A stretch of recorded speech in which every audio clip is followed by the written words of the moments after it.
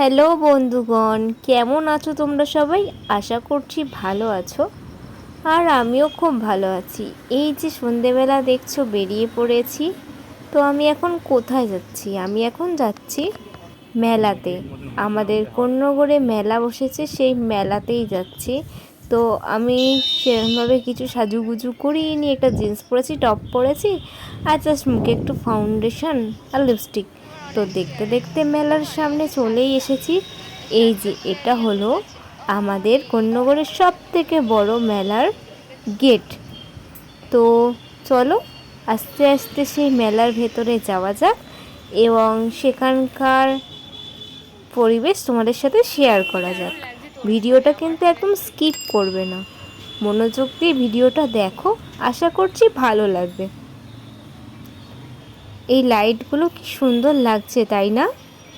দারুণ লাগছে। এরকম কলকা লাইট দেখতে কিন্তু বেশ ভালোই লাগে। আগের বছর পুজোর প্যান্ডেলে যেন কোথায় দেখেছিলাম এই লাইটিংটা, তো এবারে দেখলাম আমাদের কোন্নগরেও, বেশ দারুণ লাগলো। তো এখানে সাইকেল জমা রাখবো, প্রচুর ভিড়, এখানে মেলা হচ্ছে বুঝতেই পারছো। তো সাইকেল জমা রাখা হয়ে গেছে। মন্দির এখন ফাঁকা, পরশু দিনকে পুজো হয়েছিল, পুজো হওয়ার পর এখন মন্দির ফাঁকাই রয়েছে। তো চলো শুরু করা যাক। মন্দিরের সামনেই প্রতি বছর এখানে এরকম কাঠের নানা রকম জিনিসপত্র পাওয়া যায়, ঘর সাজানোর জিনিস, বেশ দারুণ লাগে। প্রতি বছরই মন্দিরের সামনে এই জায়গাটা করে এই জিনিসগুলো থাকে, বেশ দারুণ তাই না? তো তারপর দেখতে দেখতে মন্দিরের সামনে চলে এলাম। পুজো হয়ে গেছে, এখন যারা মেলায় এসেছেন তারা ঘুরে যাচ্ছেন মন্দির থেকে। তো তারপর চলো প্রবেশ করি মেলার মধ্যে। তারপর মেলার ভেতরে চলে এলাম। কত খাবারের দোকান, কোনটা ছেড়ে কোনটা খাবো, কী খাবো কিছুই বুঝতে পারছি না। ফুচকা খেতে ইচ্ছে করছে খুব, কিন্তু তার আগে মেলা ঘুরতে হবে, কেনাকাটি করতে হবে, তারপরেই না খাবো। তো দেখো বাচ্চাদের এই রাইডগুলো ছিল, আমার কি চাপতে ইচ্ছে করছিল, কিন্তু এখন তো আমাকে বসতেই দেবে না, কি কষ্ট। তো চলো ওই দিকে যাওয়া যাক।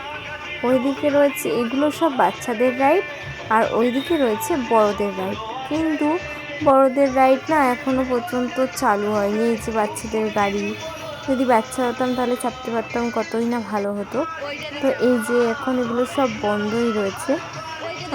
সন্ধেবেলা অতটাও ভিড় হয়নি, আমি খুবই তাড়াতাড়ি মেলায় চলে এসেছি। মেলায় লোকে 8-9টার টাইমে আসে, আমি অনেক দেরি করে চলে এসেছি। একটু কানের দেখি, কি কানের নেব ভাবছি।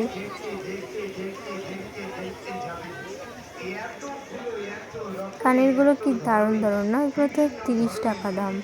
30 টাকা তো এত সুন্দর কানের পাওয়া যায়। আর ওপরেরগুলো মনে হয় 100 টাকা দাম বলেছিল, ভুলে গেছি। তো তারপর মেলার এদিকে চলে আসলাম। এখানে ব্রেক ড্যান্স চালু হয়ে গেছে, কিন্তু মাত্র 2-3 জন বসে আছে।